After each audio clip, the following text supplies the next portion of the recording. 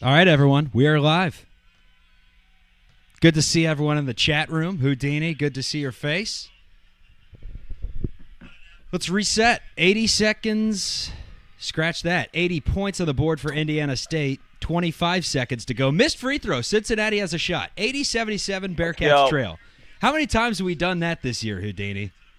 Jizzle James. Strong take. Missed it. Aziz can't grab it. Indiana State has it. 12 seconds to go. And Houdini, it's like old times, man. Oh, God, just when this team reels you in, they give you a new point guard, you think Jizzle's got this entire team figured out. That Welp good season was actually supposed to say this team is in the wrong tournament. They're exactly where they belonged. Probably gonna that's lose. a foul. Jesus. Refs were bad. Refs were bad in this one, and I haven't mentioned the Zebras on this show the entire season. Everyone's been coming with the pitchforks. I haven't came once. They were awful. That momentum-changing play on the foul on Aziz's back, that was up there for worst of the year. Oh, it was disgusting. And they just ripped my heart out. I said I didn't even care about the NIT, and then I'm watching the game again, and I'm going through all the emotions. Yeah, I mean, Drill's the first. I was gonna say, you try though, to remove yourself, and every time they suck you back in, man. This was a fun game, I will say. Yeah, Indiana State's a good team, man. It's good preparation for next year. This is a game that they should have been playing in like December, instead of Stetson. These type of games. Yeah. Little road game at Indiana State. That would have prepped us for the season well. All right, 82-77, 12 seconds left. It is not over yet. Mind you, I had the Oregon Ducks in a parlay over the weekend, 9-game parlay. Could have tapped out for $800. Instead, wrote it, the 35 to win $950. And unfortunately, with about 15 seconds left, Oregon up 4, they blew it against Creighton. 2 overtimes later. Jizzle the trigger man. Timeout. All right, Wes using some tactics here as he goes with a timeout at half court. You think he set up that play? Apparently. He had to. He's going to try to get a Lukosius running towards the 3 fadeaway, as is now the standard in our out-of-bounds plays. That's guaranteed what he's going to try to draw up, get a 3 here. Or an Aziz lob. Unfortunately, we're not Indiana going to State win. Shoots like 98% from the line. It's a tough team to beat when you're down 5 with 12 seconds left. I'll say that. They're 73% from the line today, 17 of 23. By the way, I'm simultaneous with a baseball draft, so don't mind me, folks. De La Cruz Control. We were Bichette Happens last year, but De La Cruz Control picked up L.A. De La Cruz in the 5th round. So, how about that? Who's left on the board? I could go with T.J. Friedel's still there. How long's Friedel out for? Could be cleared for game action 6 weeks. Screw it. Cue up Friedel. Benson's still on the horn, too. Sneaky. Dude, I've been doing this baseball draft for legit 3 hours. It's the best, man, but the draft sucks. I've committed 3 hours of my time tonight going back and forth between fantasy and this game. And I'm just looking at my team, and I'm like, God, we suck. I got Encarnacion Strand and De La Cruz, though. All right, 82-77. Oh, that's the best part about fantasy baseball, is it's impossible to pay attention to an entire baseball season unless you have a little skin in the game and have to change your lineup every single day. And I'm Trader Chuck, they call me in my league. I just offer trades every single day. And by the end of the year, my team's just ravaged. I've been fleeced 15 times. All right, Cincinnati inbounds. Lukosius the trigger man. Oh, Skillings, what are you doing? Lukosius 3. Shoot it. Banked it in. He banked it in. 6.9 to go. Cincinnati down 2. You got a foul. Newman fouls, and it's my pick in the draft. 5.7 seconds left to go. All right, I can go with Ian Happ, Brandon Nemo, Bryson Stott, T.J. Friedel, Lourdes Gurriel. What the hell was it? I mean, I could go. It worked out, but why didn't you would have thought Dan Skillings would have just launched that? Do I have my priorities in check right now? Double screen at the end of the game, man. We got the NIT Final Four on the line, Chuck. Honestly, are you kidding me? I've seen enough. Houdini. We're not winning this game. If we win, Miss this. it's going to be an overtime. I'll go John India. No, I don't need a second baseman. Made it. Oh! Ty France! I can't go Ty France. Who do I take? So many options. I still don't have a shortstop, and it's round 15. No, I do. I took Trevor Story. Shit. Screw it. Depth. Justin Turner. All right. And we're up again in 2 picks. 83-80. Let me update the graphics real quick. And good to see everyone again. Sorry we took the last few games off. We had things going on in our lives, but Houdini texted me today and he said, let's win this game and act like we're actually going to the Final Four. And we're going to lose. Oh. Yeah, I mean, front runner in the chat said, I think you guys might be the jinx. No more shows. Yeah, if we didn't say we were going to do a show, season's over we probably anyways. win this Yeah. game. We'll do it next year. Yeah, we're good. All right, I can't go Ian Happ. Just screw it. Ian Happ, Cincinnati Bearcat. This is good luck right here. Chuck takes Ian Happ, starting outfielder, to go along with Como Estamos Castellanos. How are we? Oh, man. All right, 83-80, 5.7 seconds to go. What's the crowd like tonight on YouTube? Okay. It's lower than it's been since like December, which I guess you'd expect for the NIT. That'll happen from time to time. We'll get the stragglers in tomorrow, though, that see we did a show. All right, on the rundown. Yeah, it's going to be tough. Welp, good Go season, although there's still time. Jizzle, Wally pipped him. Jameel shines, although I wrote that in the first half. I haven't seen Jameel in a long time. Scott, we're not even capitalizing his name. Scott Satterfield's up next, potentially. And next up for Cincinnati, Wes is going to go into the transfer portal and offer about 96 players, which tends to happen this time of the year. All right, here we go. 5.7 seconds to go. Free throw is up, and he missed it! Newman, rebound, Lukosius, 3. He's fouled. Damn it. I knew it. That's the problem when he makes that first one. Now, all right, now he's going to have to miss the second. We got to knock the first one in. I hate that. Basketball has turned into such a – that should be a technical foul. Intentional. You should call it intentional there. He's intentionally fouling him. I hate it. I hate the rule. It's ruined the game. It's taken away all the integrity. Taking away those half-court shots we love. Oh, damn it. Did it auto-draft me? No, I picked – no, I picked he was in the shot formation. This is bullshit. half. He should be shooting 3. It's a tragedy. I thought he was All right, too, knock and this he one almost in. made the shot. Lukosius almost hit know. it from about 45 feet. Further than 45, that's 60 feet. All right, Lukosius at the line. He needs to make the first with 3 seconds left, down 3 points. CBox. Got it. Oh, what a calming presence he is at the line. All right, so now you put in Bandago. Why not just burn Rayvon Griffith's red shirt right here? Put him down low. He's got the best leaping abilities on the team. You should be able to play red shirts in the NIT. It's a bad rule in my opinion. Yeah, it's exhibition. It's exhibition. I mean, come on.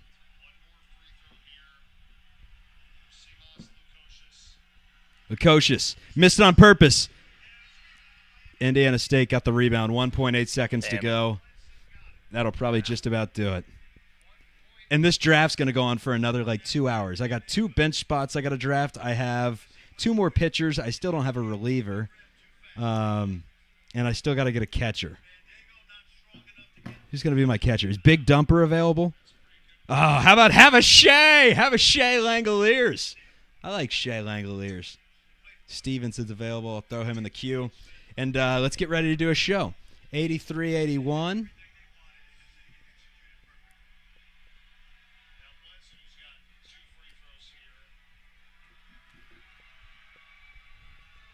First free throw up for Indiana State, and he rocks it in. 84-81. 1.8 seconds to go. Wes Miller is all out of timeouts. Cincinnati needs a modern-day miracle. And we know we're not getting that, Houdini. No, we're not. It'd be fitting CBox, for it to happen in the NIT, but it's not. He got close on the last 80-footer. Maybe he just launches one and drains it. I mean, he's hit everything under the sun the last 6 games. He'll make the free throw. That's what happens here. Yeah, he will. I'm saying 85-81 final. I'm putting it in right now. Maybe I jinx it. It's 85-81. That'll do it. Yep. All right. The heave. Oh, Skillings just went Inspector Gadget to grab that thing, but flinged it away. That's a final score, 85-81. Cincinnati finishes the season 22-15. Let me update this real quick. That's final. And the final record on the season, 22-15, updated. And let's do ourselves a little show here. Chatterbox Bearcats with Chuck and Houdini. Have a little show here. What do you say, everyone? What do you say? Not good. 45 years ago, Indiana State won 33 games.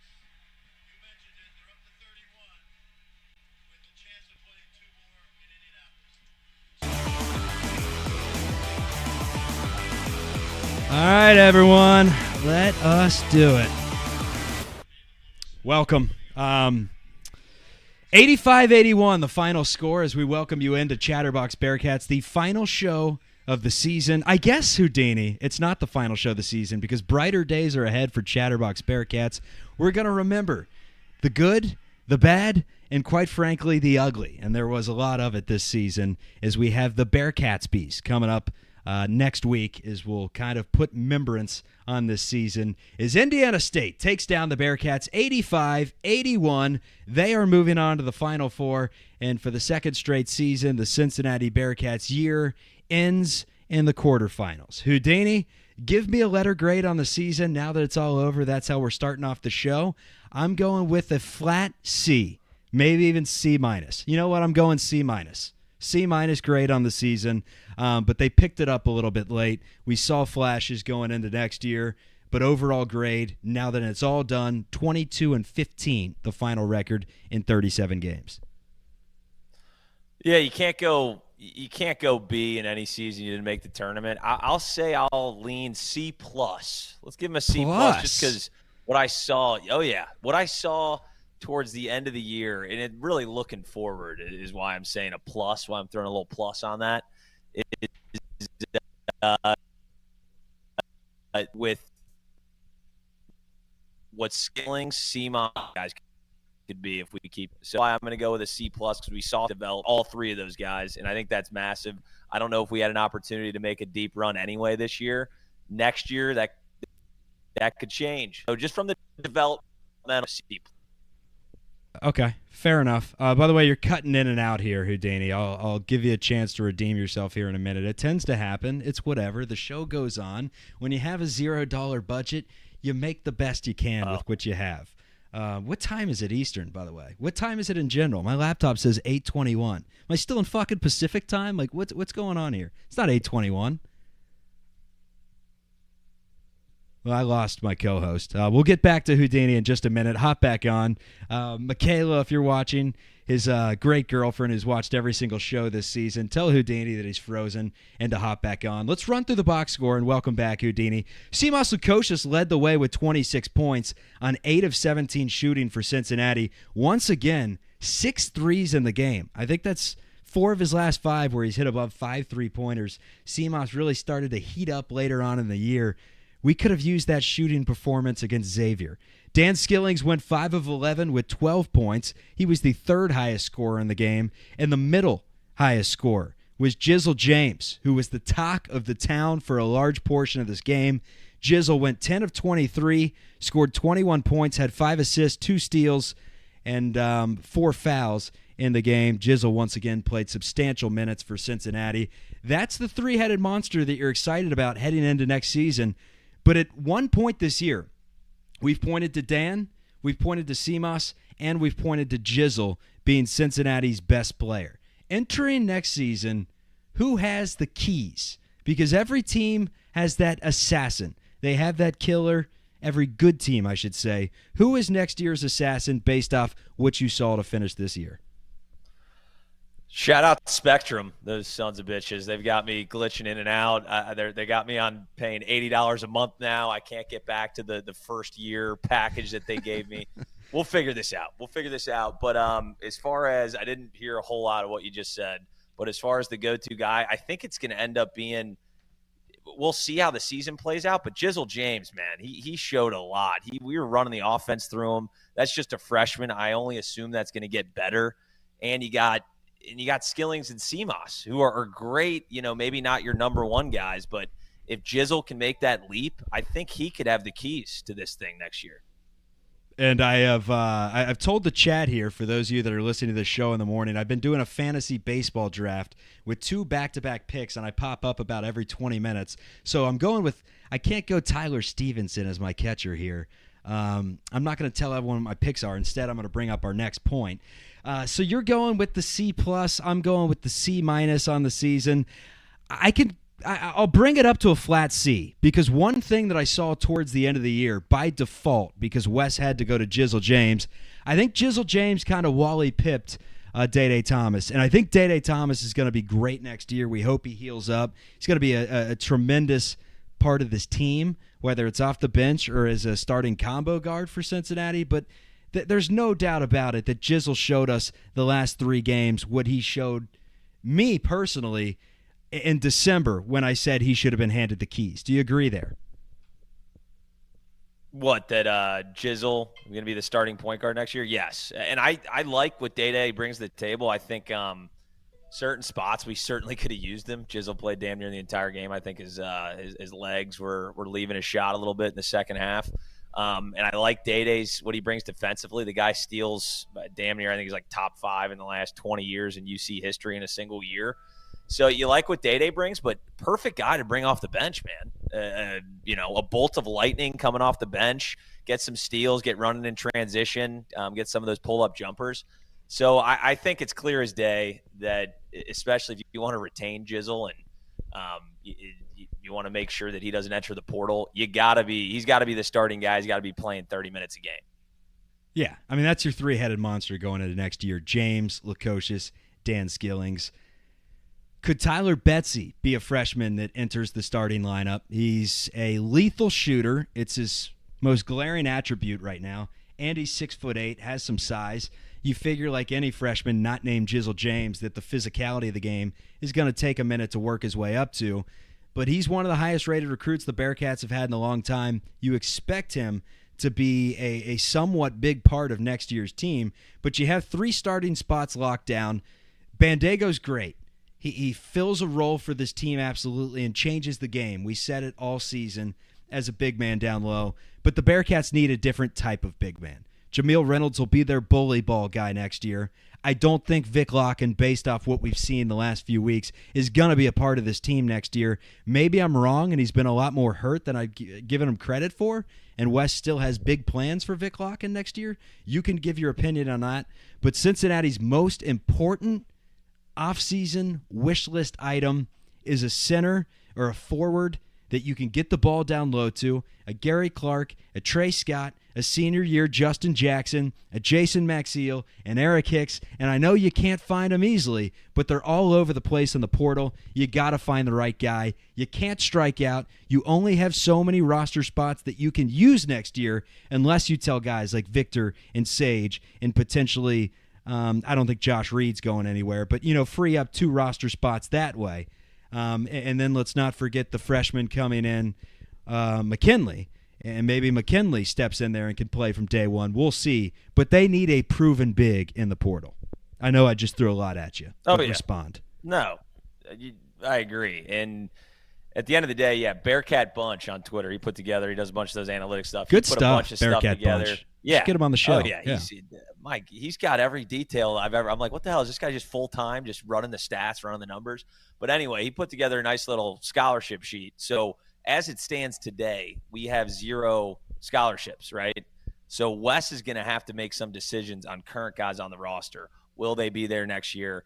We're going to have to move off of some of these guys. There's no doubt about it. We need to bring in some proven, like you said, a big man that can finish and score in the post, not necessarily strictly lobs. I like what we've, flashes of Jameel and Aziz is awesome defensively, but we struggle just trying to feed the interior and letting the guy go to work. And Vic was our best guy at that, and then he kind of fell off, and you're right. We'll see what the injury, what that actually entails, if he wants to come back, what Wes's plans are with him. But we're going to have to get rid of a couple guys to shore up this roster heading into another gauntlet of a Big 12 season. Yeah, we need a little stretch big that can guard a guy like a Rabia Avila? Is that? I was saying Avila all season. Apparently, it's Same. Avila. It's Avila. Avila? They're Yeah, like is that Avila. I'm French? like, oh God, Avila. This guy doesn't look that French. Robbie Avila, correct? Robbie, Yes. or You got it. does he Nailed go it. by Robert after scoring 22? Let's go, Roberto. Robert Avila. Roberto Avila. That's French, right? Roberto goes for 22 points in the game, 5 rebounds, 6 assists, 2 steals, 7 of 15 shooting, 4 of 8 from deep. He is the real deal. First of all, does he have any eligibility? Because maybe Wes does what he does with Aziz last year and says, hey, you want to come over to Clifton? Does he is the first question. I don't think so. Yeah, he does. I think he's a sophomore. Oh, let's go in He and get looks him. like he's like 25, but he's a sophomore. Hopefully Our Wes is guy, going in there Roberto. right now. Yeah, just keep your enemies closer. The portal is very easy when you see the guy straight up. Let's get him to Cincinnati ASAP. He was great. It's a travesty. It's a travesty that they robbed him from playing in the NCAA tournament. I mean, he would have been the perfect guy. And Indiana Him and State Golke. could- I mean, Yeah, as they we would have saw, been Batman and Robin. Him and Golke. Two-headed monster would have been unstoppable for ratings. And the names, Stephen Blurry, I saw Larry Nerd, Kareem Abdul-Jabbar, the one that many have referenced, and he's awesome, man. He can pass the hell out of the ball. He can shoot it. He's 6'10". Like, he's got the goggles, man. He was pretty impressive. He had like a quiet 22. Like, I didn't even notice. They're like, he's got 18 now. I'm like, that's what Jokic does, man. It's he slowly kills you, and he finally, and then he knocked down some free throws at the end of the game. But yeah, Indiana State, man, you got to give them credit because they would have gave some fits to some Power 5. That's a they're good 12 team. Seed. Yeah, that's a good They team. can fundamental back. First off, Wes, we got to figure out the backdoor cuts. Oh my God! This Is that a little eighth grade Princeton offense? basketball. Yeah. What the hell was that? That doesn't work in college, but D1 high level, damn near Final Four NIT teams. That should not be working. So we got to figure that out. We gave up so many points off the basic backdoors. It was unbelievable. So Avila, where is he playing next year? That's the question. Because he's not staying with Indiana State. Although with 30 wins this season, they're a pretty dangerous team entering the 24-25 installment. But who's giving Avila the call? Why not us? He'd be great for the Bearcats. We were talking about someone that you could feed the ball to and let him go to work. That's Avila. That's our guy. He's right there. Yeah, I mean, go get him, we've Wes. done it before. Go get him. Just tell him NIT's over, buddy. You're coming with us. Put him on the bus. Bring him back from Terre Haute. Avila doesn't strike me as a guy that is going to go chase, a bag. He's not going to be heading out to the West Coast to go play for the USC Trojans. He might be a guy that is is a simple man, a simple life. He likes Indiana State. Loves He's Geta. going to win 30 games. He's going to I'm thinking he loves 18 Geta, so he comes a to year. Cincinnati.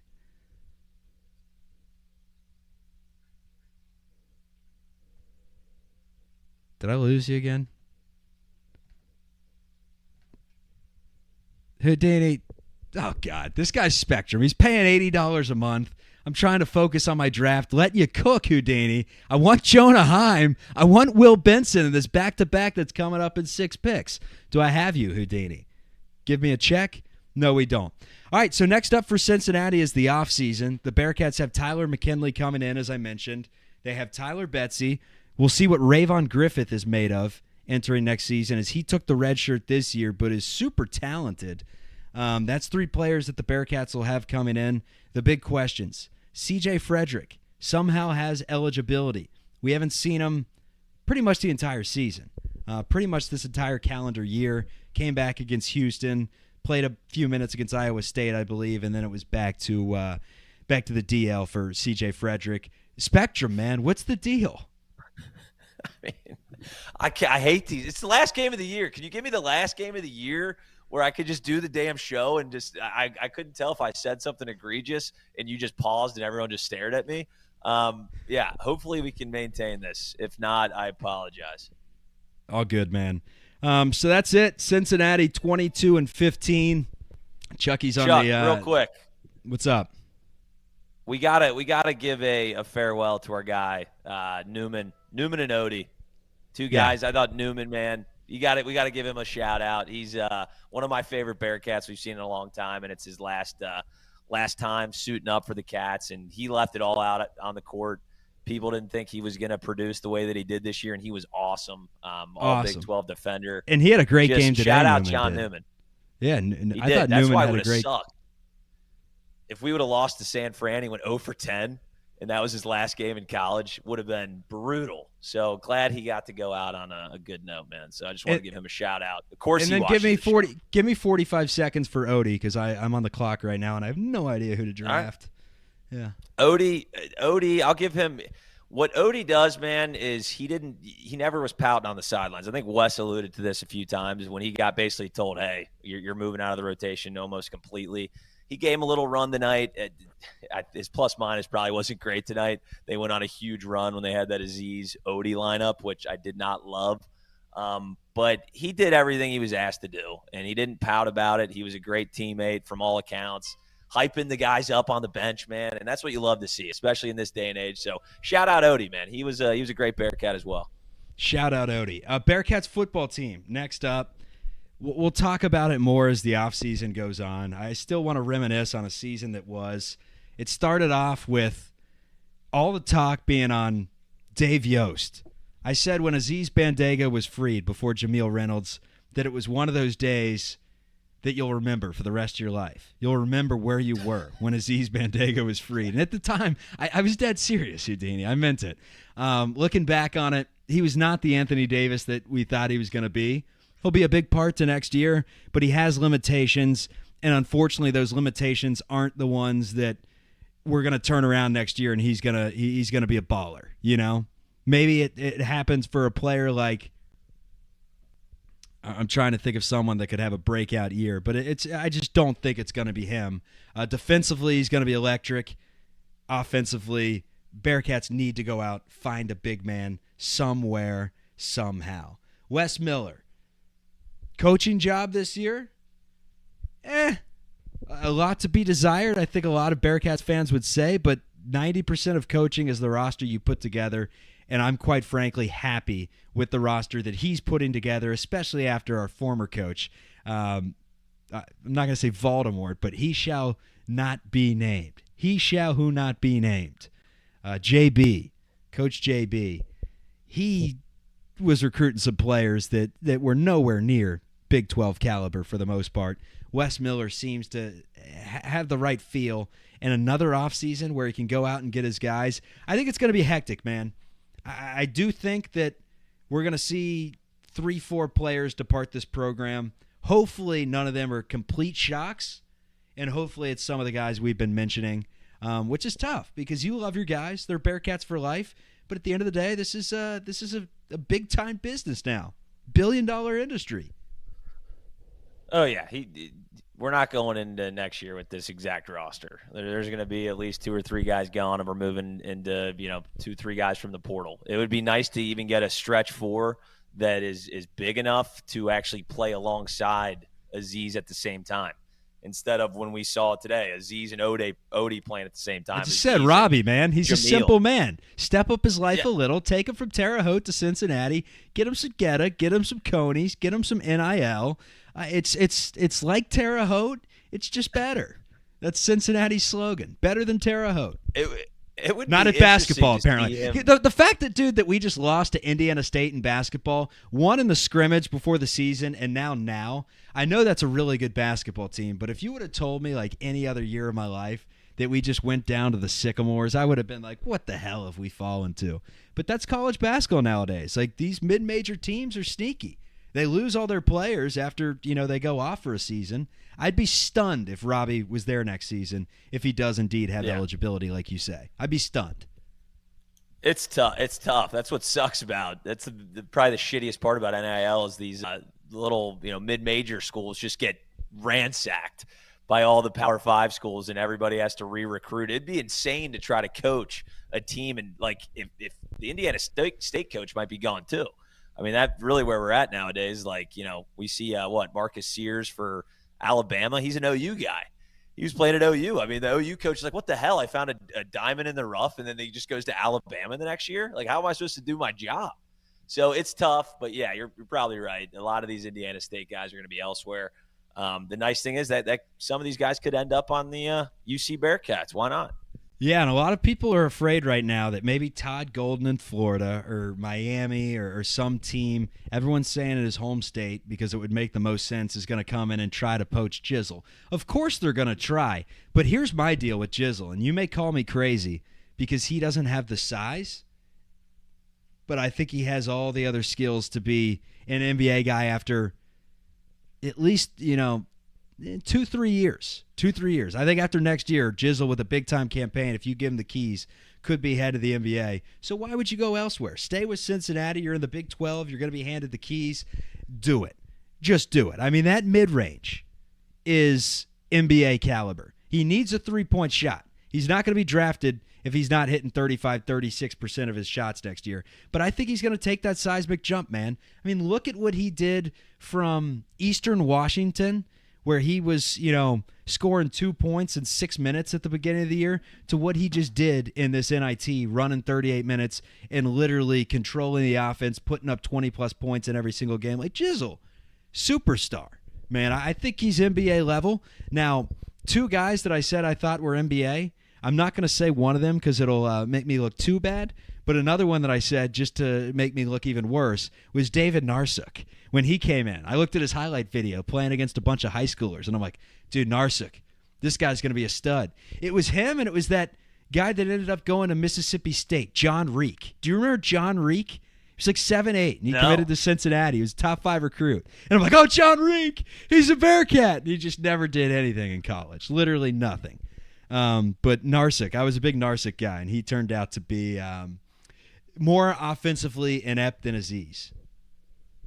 Yeah, I mean, well, Frank Fraschilla compared him to Jamal Shedd and I think Frank Mason from Kansas a few years back. Compared Jizzle James to them. So, I mean, those guys are pretty goddamn good. So, I think the future is bright. I don't know about NBA. Frank Fraschilla was a pretty electric host for the NIT. I will say. He was on a lot of Bearcats games this year. He was on a lot of Bearcats games. More Fran. I liked Fran. We're part of the Fran base. We're part of the Fran base. Sign me up, dude. Sign me up. He's fun. You can tell he just loves basketball so much. He says every player is unbelievable. He couldn't get enough of the cuts and the passing Indiana State had. He was losing his shit. He's like, look at this. Watch this. Look at the back door. Oh, yeah. You're like, oh, God. Michaela's like, Hudson, what's on TV? What are you watching? You watching late night pay-per-view in there? You're like, no, I promise. It's Fran Fraschilla. Great backdoor cut, man. He just loves the game. Great backdoor cut. All right, so, yeah, Jizzle, that's going to be the big conversation in the offseason. Jizzle, Dan Skillings, the way that college basketball is now, you could pretty much transfer if you want to. Like, you don't have any ramifications. It's BS, but people say money. I think Cincinnati has more NIL money than a lot of people believe. Drink your Cincy Light, folks. Drink your Cincy Light. That's not a sponsorship, but drink your Cincy Light. Give some money back to the athletic department. I think they have some more money. They have the swaggy uniforms that the kids love. They have that nucleus that they can see in real time. Like, all right, these are our guys. We're going to run it back next season. And they're all big parts of the plan. And they're in the Big 12. And then people out there say, well, they'll go to a better program. Cincinnati's a top 15 program. Like, what?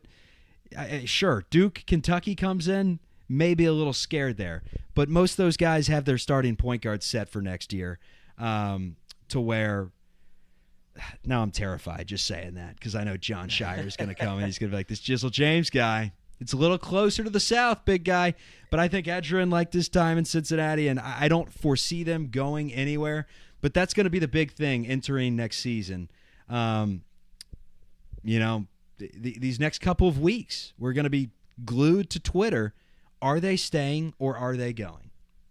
That is the question. Right.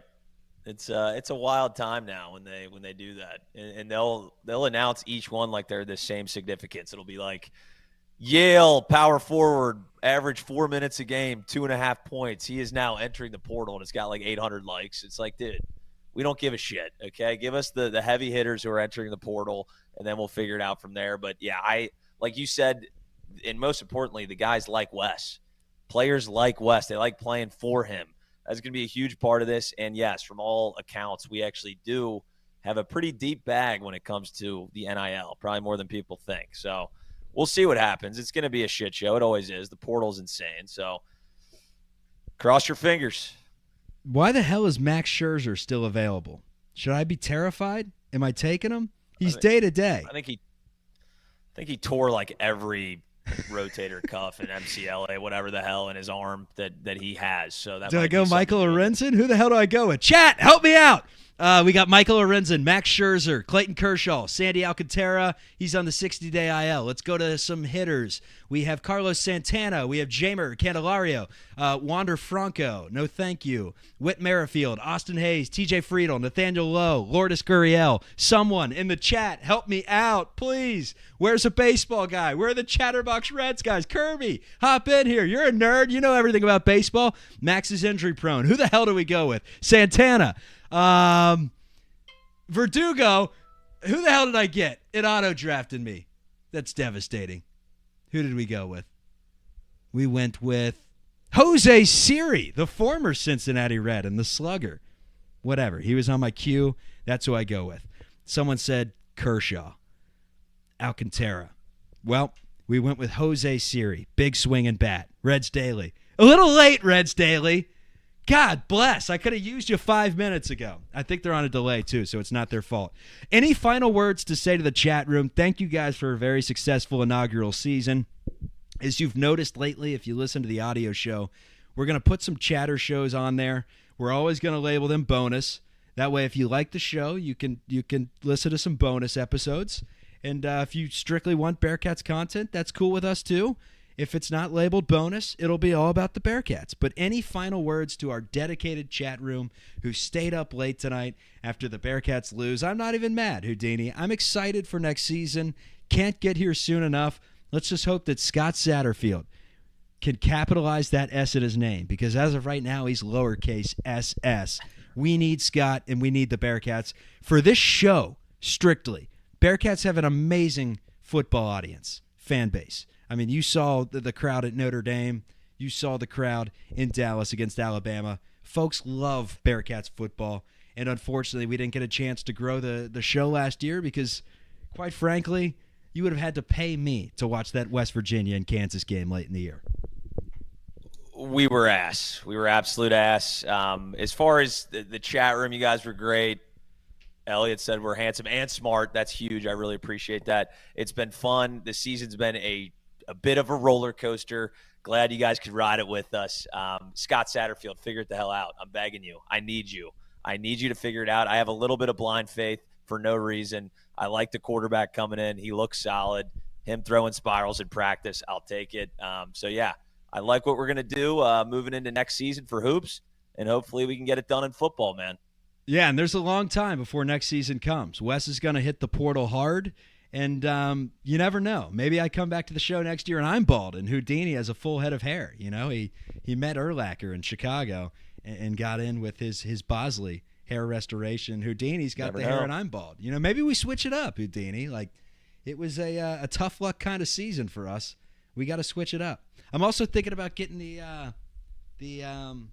what do we call it? The Jordan blocks tattooed right there, or maybe underneath. You're a big tat guy. Is that a good one to go with? Where do I get it if I do decide to get that?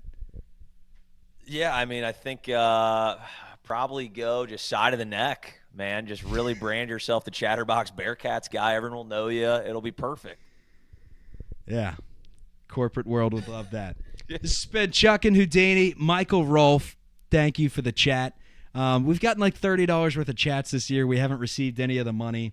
So next year's the big year. Sponsorships, anyone, if you're a Bearcats fan, you want your business sponsored, this show is going to take off. We're calling our shot right now. We're going Babe Ruth. I wish I could draft him right now in my fantasy draft. We're pointing to the heavens. We just need the Bearcats to make a run, and who doesn't want to hang out in here after a Bearcats game? Growing. Yeah, you could do it on your phone, man. You could take it to the bar with you and step out for a little late-night cigarette. Don't smoke cigarettes. It's disgusting. It's a filthy habit, folks. It's a filthy habit. This season might have turned you to a pack of Marlboro Lights, I will say. But, yeah, it's been fun, guys. We'll see you soon. See ya.